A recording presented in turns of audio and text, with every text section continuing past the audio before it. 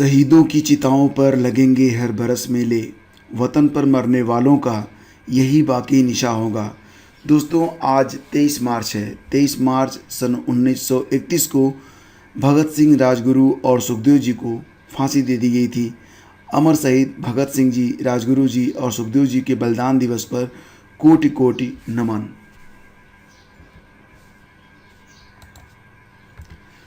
दोस्तों, आज है 23 मार्च 2021। शुरू करते हैं दैनिक रोजगार समाचार। और सबसे पहले आपको ये बता दें कि यूपी में ही नहीं, पूरे भारत के अलग अलग राज्यों में कोरोना का संक्रमण लगातार बढ़ता जा रहा है। तो इसको ध्यान में रखते हुए मुख्यमंत्री योगी आदित्यनाथ ने होली सहित अन्य त्योहारों, पंचायत चुनाव और देश के विभिन्न राज्यों में कोविड-19 संक्रमण बढ़ने के मद्देनज़र प्रदेश में विशेष सतर्कता और सावधानी बरतने के निर्देश दिए हैं।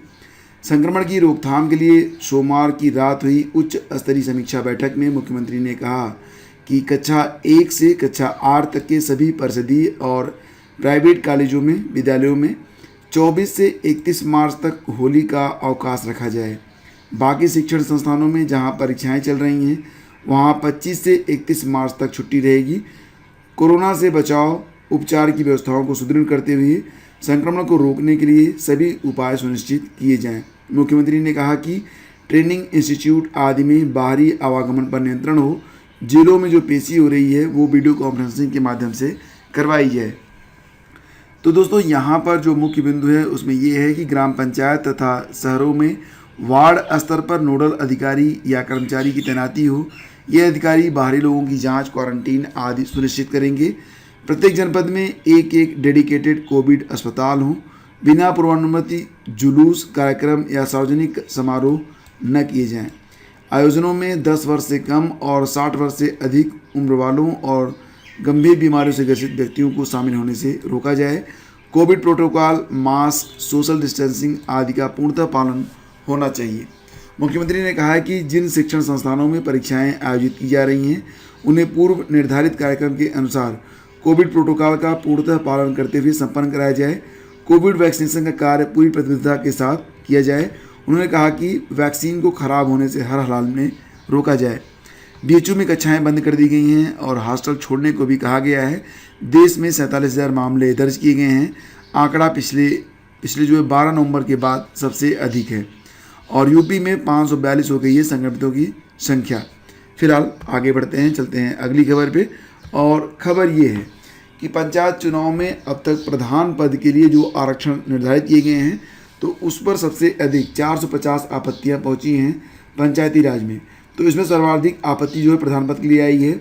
प्रधान पद के लिए लगभग 350 आपत्तियां पहुंची हैं। सबसे ज़्यादा लोगों का यही कहना है कि 2015 के आधार पर आरक्षण नहीं किया गया।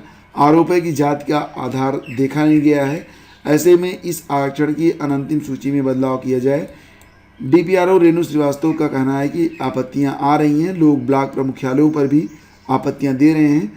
फिलहाल इसे एकत्र कराया जा रहा है। 23 मार्च की शाम 5 बजे तक आपत्तियों को स्वीकार किया जाएगा। इसके बाद इसका निस्तारण कर दिया जाएगा।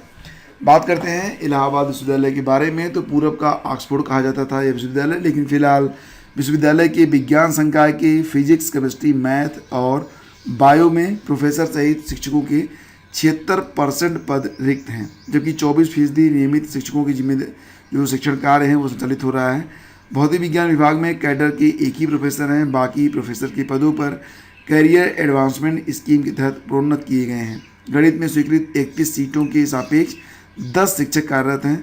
वहीं भौतिक विज्ञान में 41 के सापेक्ष 9, रसायन विज्ञान में 50 के सापेक्ष 7 और बॉटनी में 31 के सापेक्ष 10 नियमित शिक्षक कार्यरत हैं। वीसी ने 100 दिन में भर्ती शुरू होने का वादा किया है। इलाहाबाद विश्वविद्यालय की कुलपति प्रोफेसर संगीता श्रीवास्तव ने पद ग्रहण करने के बाद 100 दिन में शिक्षक और कर्मचारियों की भर्ती प्रक्रिया शुरू करने का वादा किया था, लेकिन 100 दिन से ज़्यादा बीत चुका है। अभी तक शिक्षक और कर्मचारी भर्ती के विज्ञापन जारी नहीं हुए हैं। तो आप यहाँ पर रिक्त पदों की सूची को देख सकते हैं। और दोस्तों, जैसा कि आप जानते हैं कि शनिवार को पीसीएस 2020 मुख्य परीक्षा का परिणाम जारी किया गया और इसका जो इंटरव्यू कार्यक्रम है वो भी जारी कर दिया गया है। इंटरव्यू 1 से 8 अप्रैल के मध्य होगा और 2 सत्र में करवाए जाएंगे। तो उत्तर प्रदेश लोक सेवा आयोग की सम्मिलित राज्य प्रवर अधीनस्थ सेवा पीसीएस 2020 का इंटरव्यू 1 अप्रैल से 8 अप्रैल के बीच में होगा। इंटरव्यू 2 पाली में होगा। खास बात यह है कि इस बार छुट्टी के दिन यानी कि रविवार को भी इंटरव्यू करवाया जाएगा। 8 दिन में इंटरव्यू प्रक्रिया पूरी हो जाएगी। ऐसे में उम्मीद है कि अप्रैल के दूसरे सप्ताह तक PCS 2020 का अंतिम रिजल्ट भी आ सकता है। तो कार्यक्रम इस प्रकार से है जैसा कि आप देख रहे हैं, और इस कार्यक्रम को आप हमारे टेलीग्राम चैनल स्टडी विद ज्ञान प्रकाश पर जाकर भी डाउनलोड कर सकते हैं। 1, 2, 3, 4, 5, 6, 7, 8 कोई भी दिन गैप नहीं है, रोज़ यहाँ पर इंटरव्यू होना है। और ये जो जानकारी है इसको आप uppsc.up.nic.in पर भी जाकर डाउनलोड कर सकते हैं। LT ग्रेड भर्ती के चयनितों की सॉफ्ट कॉपी निदेशालय में भेजेंगे। तो उप सचिव से मिले हैं अभ्यर्थी। कल शाम तक कार्रवाई का भरोसा दिया गया है। हिंदी और सामाजिक विज्ञान विषय का मामला है। तो LT ग्रेड शिक्षक भर्ती के अभ्यर्थियों ने प्रतियोगी मोर्चा के बैनर तले सोमवार को आयोग के उप सचिव से मुलाकात पर ज्ञापन दिया है। उप सचिव पुष्कर श्रीवास्तव ने हिंदी और सामाजिक विज्ञान विषय के चयनितों के जो प्रपत्र हैं वो उसकी सॉफ्ट कॉपी जल्द ही निदेशालय भेजने का आश्वासन दिया है। प्रतियोगी छात्रों ने बताया कि उप सचिव ने विश्वास दिलाया है कि जहां तक संभव है सॉफ्ट कॉपी सोमवार या मंगलवार की शाम तक शिक्षा निदेशालय अवश्य भेज दी जाएगी। उनका कहना है कि सॉफ्ट कॉपी 1 सप्ताह पहले भेज दी गई हुई थी, लेकिन PCS मुख्य परीक्षा के परिणाम के कारण उसमें विलम्ब हुआ। प्रतियोगी छात्र इसके बाद शिक्षा निदेशालय गए थे, जहां अपर शिक्षा निदेशक अंजना गोयल से मुलाकात हुई। तो मतलब आज शाम तक इसकी जो सॉफ्ट कॉपी होगी वो पहुंच जाएगी, और इसके बाद बहुत जल्दी नियुक्ति प्रक्रिया भी शुरू कर दी जाएगी। SSC की ओर से मल्टीटास्किंग स्टाफ परीक्षा 2020 के लिए अंतिम तिथि बीत गई है, लेकिन इसके बाद भी बहुत सारे अभ्यर्थी ऐसे हैं जो टेक्निकल इशू की वजह से आवेदन नहीं कर पाए हैं। अभ्यर्थियों ने आयोग के अध्यक्ष से MTS के लिए ऑनलाइन आवेदन की तिथि आगे बढ़ाने की मांग करी है। MTS 2020 के लिए ऑनलाइन आवेदन की शुरुआत 5 फरवरी को हुई थी। अभ्यर्थियों का कहना है कि आवेदन के अंतिम दिन आवेदन सबमिट करते समय तकनीकी समस्याओं के कारण इसे पूरा नहीं किया जा सका। इसके लिए वेबसाइट को फिर से खोलना चाहिए। और जूनियर इंजीनियर परीक्षा शुरू हो गई है कर्मचारी चयन आयोग की।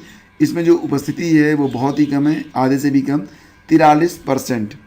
और फ्रेंड्स, आज का जो करंट अफेयर है ये अपलोड कर दिया गया है 23 मार्च का। और आज का जो करंट है ये बहुत ही इंपॉर्टेंट है, इससे कई सारे प्रश्न संभावित हैं आगामी परीक्षाओं के लिए। तो ये वीडियो आप लोग जरूर देखिएगा। और आज से शिक्षक भर्ती के लिए आपको 25 प्रश्नों का एक सेट मिला करेगा। इसके लिए आप लोग एक कॉपी बना लीजिए। ये वीडियो आपको अबाउट 12 से 1 के बीच में उपलब्ध होगा। जानकारी आपको मिल जाएगी जैसे ही आप ये वीडियो अपलोड होगा। साथ ही साथ अगर आप हमारे टेलीग्राम चैनल से जुड़े हुए हैं तो वहाँ पर पूर्व सूचना आपको दे दी जाएगी। और निश्चित रूप से ये वीडियो आपकी शिक्षक भर्ती परीक्षा जो कि जूनियर के लिए होने वाली है उसमें और आगामी सभी परीक्षाओं के लिए बहुत ही हेल्पफुल रहेगी। 25 प्रश्नों का यह सेट आपके लिए एक ब्रेन स्टॉर्मिंग रिवीजन रहेगा।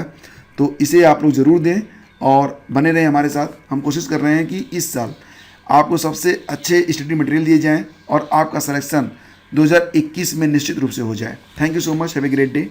जय हिंद।